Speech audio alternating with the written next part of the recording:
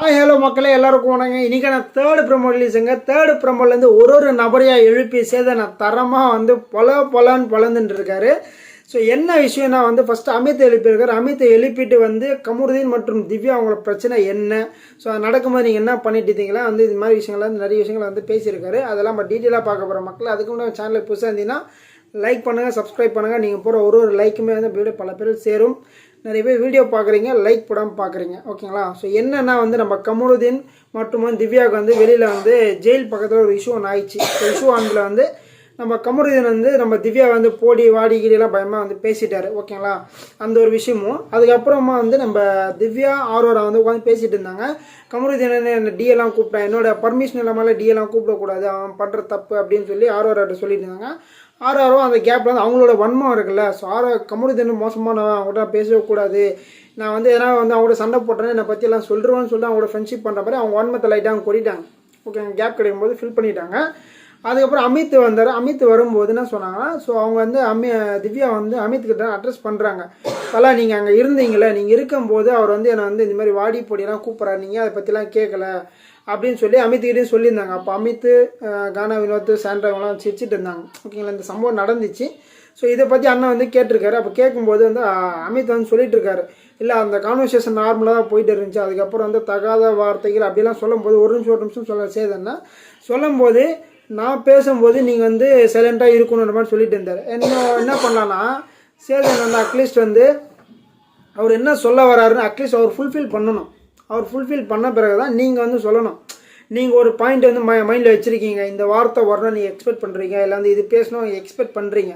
But நீங்கள் தான் பேச முடியும். ஆப்போசிட் பர்சன் அவங்க ஃபுல்லாக கேட்டுட்டு அதுக்கப்புறம் அடுத்த பாயிண்ட் பேசியிருந்தால் நல்லா இருக்கும்ன்றதை நான் நினைக்கிறேன். அவர் அவங்கள மற்றவங்கள பேச விடாமல் பேசுறது மிஸ்டேக்குன்றது அவர் ஆல்ரெடி போன சீசன்லேயே பண்ணார். இந்த சீசனை மாறிட்டாருன்னு நினச்சேன். பட் மறுபடியுமே அதுதான் பண்ணிகிட்ருக்காரு. ரோஸ்ட்டு கொடுக்குறன்ற பேரில் அவங்கள பேச விடாமல் ரோஸ்ட்டு கொடுக்குறது எந்த அளவுக்கு நியாயன்றது எனக்கு தெரியல. எப்படி அதை வேடிக்கை பார்க்க முடியுது, தலையாக இருக்கிற நீங்கள் எப்படி இதெல்லாம் பண்ணுறீங்கன்னு சொல்லி நம்ம அமித்துக்கு பயமாக ஒரு ரோஸ்ட் கொடுத்துருக்காரு. ஸோ ஆக்சுவலி அமித் என்ன நினச்சேன்னா, இவர் 2 பேர் நார்மல் கான்வர்சேஷனாக போகுதுன்னு சொல்லி ஒரு வேளை அவர் ஃப்ரீயாக விட்டுருப்பார் தான் சொல்ல வராரு. நார்மலாக போயிட்டு இருந்துச்சு, திடீர்னு அவர் அந்த வார்த்தை விடாரு, நம்மளுக்கு தெரியாதுல்ல யார் என்ன வார்த்தை விடாங்கன்னு தெரியாது. அந்த ஒரு சுச்சுவேஷன் இருந்த மாதிரி அமித் சொல்லிட்டு இருக்காரு போல இருக்குது. அதுக்கப்புறம் அப்படியே பார்த்தீங்கன்னா ரம்யாவை பிடிச்சி கேட்டிருக்காரு. ரம்யா என்ன கேட்டிருக்காருன்னா, ஸோ உங்கள் கண்ணு முன்னாடி இந்த மாதிரிலாம் சம்பவங்கள் நடக்குதுல்ல, நீங்கள் எப்படி சும்மா இருந்தீங்க, உங்களை யாராவது ஒன்று சொன்னாங்கன்னா நீங்கள் பயமாக சத்தம் போடுறீங்களா, பயமாக கத்துறீங்களா அப்படிலாம் பேசிகிட்டு இருந்தாங்க. ஆக்சுவலி ரம்யா ஜெயிலுள்ள தான் இருந்தாங்க.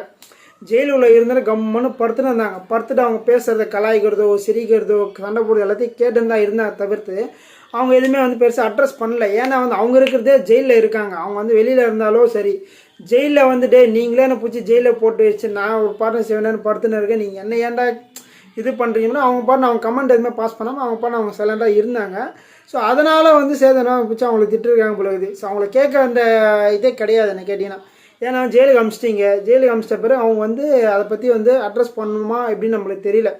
ஸோ வெளியில் இருக்க ஆட்களை கேட்டால் ஓகே, பட் அவங்களும் அட்ரஸ் பண்ணணுன்றது இவர் எப்படி எக்ஸ்பெக்ட் பண்ணுறாருன்னு நம்மளுக்கு தெரியல, ஓகேங்களா? ஸோ அது ரம்யா எதுவும் பேசாமல் சைலண்ட்டாக இருக்காங்க. இவ்வளோ விஷயங்களை பார்த்து நீங்கள் எப்படி சைலண்ட்டாக இருக்கீங்க, நீங்கள் எப்படியாப்பட்ட நபர் நீங்கன்னு கேட்குறாரு. எப்படியாப்பட்ட நபர்னா என்னங்க, ஜெயிலில் பிடிச்சி போட்ட பிறகு எப்படியாப்பட்ட நபராக இருந்தால் உங்களுக்கு என்ன இதெல்லாம் அட்ரஸ் பண்ணலாம் ரூல்ஸ் எதுவுமே கிடையாது அப்படியா நான் நினைக்கிறேன். அதுக்கப்புறம் பார்த்தீங்கன்னா சாண்ட்ராவை கேட்டிருக்காங்க. சாண்ட்ரா இப்போ இதே சுச்சுவேஷன் நம்ம ப்ரெசென்ட் இருந்திருந்தால் நீங்கள் என்ன பண்ணியிருப்பீங்கன்னா, ப்ரெசென்ட் இருந்தால் வீட்டை 2 ஆகிட்டு இருப்பாங்க. ஸோ ப்ரெசென்ட் ஒரு பிரச்சனை தான், அவங்க சும்மாவே பயமாக ஃபயராக இருப்பாங்க. ஸோ இது பிரச்சனைக்கு இது மாதிரி நடந்துச்சுன்னா பயங்கரமாக சண்டை போட்டு தான் இருப்பாங்க. ஸோ இவர் என்ன சொல்ல வர்றாருன்னா ஸோ பிரஜன்னு ப்ளஸ் இருக்கிற கண்டஸ்டன்ட் எல்லாம் ஒன்றா, எனக்கு புரியல. அது சேதனை எதனால் இப்படி கேட்குறாருன்ட்டு அட்ரஸ் பண்ணியிருக்கலாம் சொல்கிறது ஓகே. பட் பிரச்சனை நடந்திருந்தால் பிரச்சனை சண்டை போட்டிருப்பாங்க, யாரும் அச்சிருப்பாங்க, கத்தி இந்த குத்திருவையெல்லாம் இது வேணாலும் பண்ணியிருப்பாங்க. அது பிரச்சனை, இது கண்டஸ்டன்ட்டு அவங்க பண்ண தப்பு தான். பட் அவர் இதை பற்றி கேட்கலாம். ஸோ அவருக்கு நம்ம என்ன பண்ண இவரு இதெல்லாம் கேட்கக்கூடாது. ஆக்சுவலி நம்ம திவ்யாவுக்கும் சாண்ட்ராக்குமே ஒரு கம்யூனிகேஷன் இஷ்யூ இருக்குது. ஸோ சாண்ட்ரா ஃபுல்லாக திவ்யா மேலே பயங்கர கோவத்தில் இருக்காங்க.